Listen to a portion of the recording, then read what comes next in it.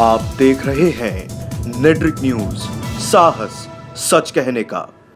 नमस्कार, नेट्रिक न्यूज में आप सभी का स्वागत है। मैं हूं आपके साथ सपना दुबे। लोकसभा चुनाव के लिए लगभग सभी पार्टियों ने अपने उम्मीदवारों की घोषणा कर दी है, जिसके बाद सभी प्रत्याशी अपने चुनाव प्रचार में जुट गए हैं। चुनाव में जीत के लिए लगातार रैलियां और सभाओं का दौर जैसे शुरू हो गया है। हर कोई अपने प्रचार में लगा हुआ है। ऐसे में बीजेपी प्रत्याशी के बयान ने पूरे चुनावी माहौल में सरगर्मी बढ़ा दी है। वैसे तो प्रत्याशी चुनाव में जीतने के लिए जनता के सामने बड़े बड़े दावे करते हैं और देश की भोली भाली जनता बदलाव की खातिर नेताओं की झांसे में भी आ जाती है। लेकिन इस बार तो बीजेपी उम्मीदवार ने जनता के सामने कुछ ऐसा कह दिया जिसकी वजह से अब वो और उनकी पार्टी दोनों विपक्ष के निशाने पर आ गए हैं। चुनाव प्रचार के दिनों में नेताओं की जुबान फिसलने के किस्से तो आपने पहले भी सुने होंगे। वैसा ही कुछ इस बार के चुनाव प्रचार में देखने को मिल रहा है। उत्तर प्रदेश की योगी सरकार की कैबिनेट मंत्री स्वामी प्रसाद मौर्य की बेटी और बदायूं लोकसभा सीट से भारतीय जनता पार्टी की प्रत्याशी संघमित्रा मौर्य ने विवादित बयान दिया है। दरअसल भारतीय जनता पार्टी के प्रत्याशी संघमित्रा मौर्य बदायूं लोकसभा क्षेत्र के तहत आने वाले संभल जिले की विधानसभा क्षेत्र गुन्नौर के बबराला में एक जनसभा को संबोधित करने पहुंची। इस दौरान संघमित्रा मौर्य ने जनसभा से कहा है कि आने वाले आम चुनाव में गुंडों और दादागिरी से डरने की जरूरत नहीं है।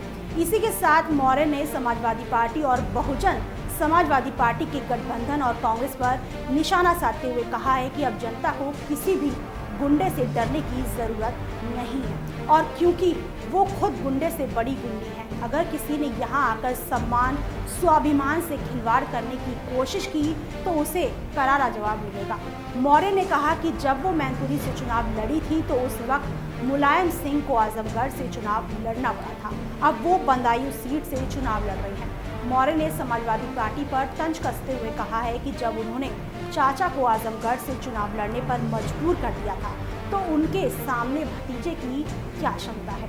बीजेपी प्रत्याशी के इस बयान के बाद समाजवादी पार्टी भी कहां चुप बैठने वाली थी, तो समाजवादी पार्टी के जिलाध्यक्ष और आजम खान के करीबी दोस्त फिरोज खान ने बीजेपी प्रत्याशी के इस बयान पर पलटवार करते हुए कहा है कि एक महिला पता नहीं कहां से आ गई और कहती है मैं गुंडी बन जाऊंगी। फिरोज खान ने इसके बाद कहा है कि हम आपको शराफत का सर्टिफिकेट दे नहीं रहे, क्योंकि आपके पास तो पहले से ही गुंडी का सर्टिफिकेट है।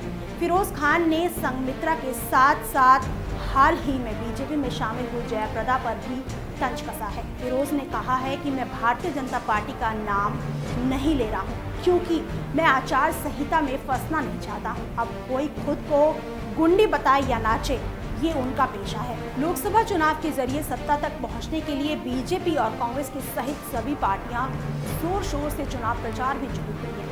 इस दौरान बयानबाजी के साथ वादों का शोर चारों तरफ सुनाई दे रहा है। अब देश की जनता क्या फैसला लेती है ये तो चुनाव के नतीजे साफ ही कर देंगे। फिलहाल के लिए बस इतना ही। बाकी देश और दुनिया की तमाम खबरों के लिए देखते रहिए हमारे चैनल नेट्रिक न्यूज को। खबरों की ताज़ा अपडेट के लिए हमारे चैनल नेट्रिक न्यूज को सब्सक्राइब करना ना भूलें। हमारे साथ जुड़े रहने के लिए हमारे YouTube चैनल को सब्सक्राइब करें, साथ ही बेल आइकन को दबाएं। नेट्रिक न्यूज की खबरें सबसे पहले देखने के लिए।